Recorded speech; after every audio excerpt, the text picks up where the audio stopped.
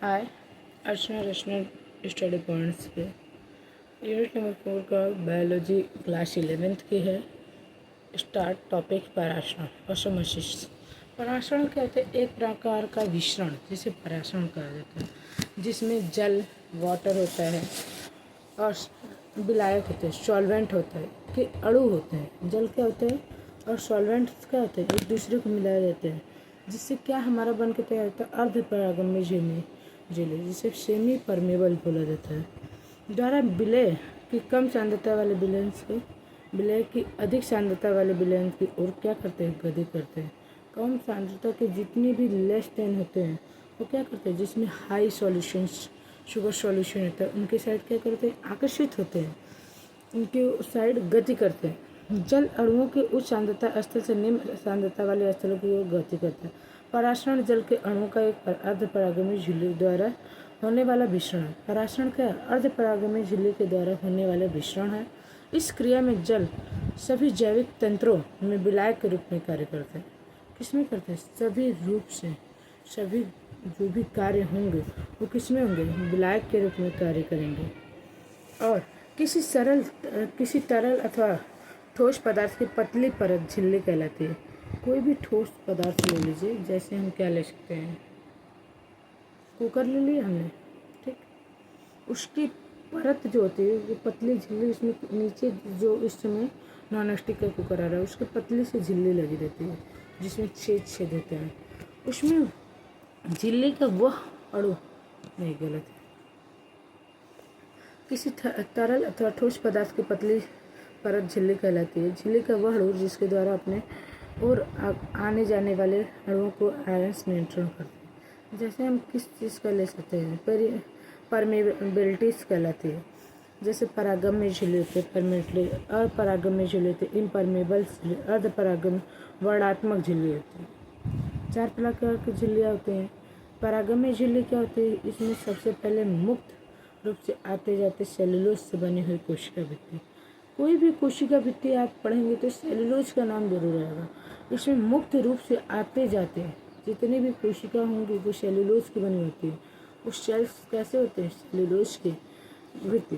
और अपरागम्य झिल्ली, impermeable membrane, इससे पदार्थ का आदान प्रदान नहीं होता है। इससे क्या होता है? पदार्थों का आदान प्रदान नहीं होता है। और कर्क कोशिका के सुबेरियन युक्त कोशिका भित्ति होती है। कर्क क्या होते हैं? कर्क रेखा नहीं बात की, कर्क कोशिका होते हैं। जैसे हमारी कोशिकाएं अलग अलग प्रकार की, उनमें एक कोशिका का नाम हमने कर्क कोशिका सुबेरियन युक्त झिल्ली बोला, कोशिका भित्ति बोल सकते हैं, समझे। कोश अर्धपरागम्य झिल्ली, सेमी परमेबल मेम्ब्रेन्स, इनसे केवल घोलक या विलायक सॉल्वेंट अणु आ जा सकते हैं। अर्धपरागम्य में केवल क्या कर सकते हैं? अणु आ सकते हैं। सेमी परमेबल मेम्ब्रेन्स होते हैं जो घोल के रूप में, विलायक के रूप में क्या कर सकते हैं? आ जा सकते हैं, परंतु आवागमन पर हो सकता है घुलित नहीं होते हैं। अणु क्या होते हैं? आ जा सकते हैं परंतु वो क्या होते हैं? पूर्ण रूप से घुलित नहीं होते हैं। जैसे आप एग्जाम्पल लेकर मूत्राशय की झिल्ली, पेशाब वाली जो झिल्ली होती है उसकी बात केंद्रीय रेतिका कला कहलाती है। क्या कहलाती है?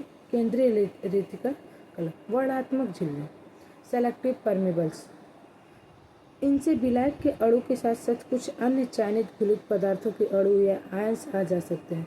अन्य अणुओं के आवागमन पर प्रतिबंध लगाता है। तो इसमें जो विलायक होता है ना, जो सॉल्यूट मिलाया जाता है, सॉल्यूशंस, उसमें अणुओं के साथ साथ कुछ अन्य चयनित घुलित पदार्थों के अणु या आयंस आ जा सकते हैं। अन्य अणुओं के आवागमन का प्रतिबंध रहता है। जो आयंस है वो आ जाते हैं, और भी कोई अणु होता है जिसमें प्रतिबंध, रोक लगाया जाना है।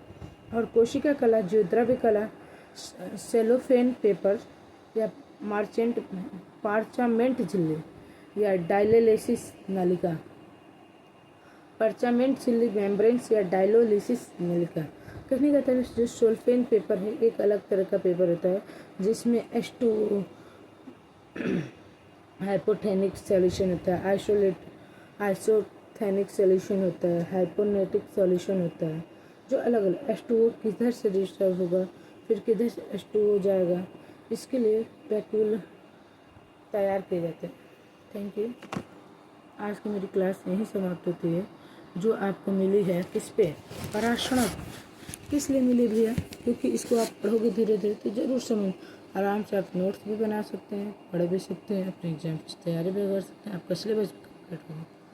Thanks for all.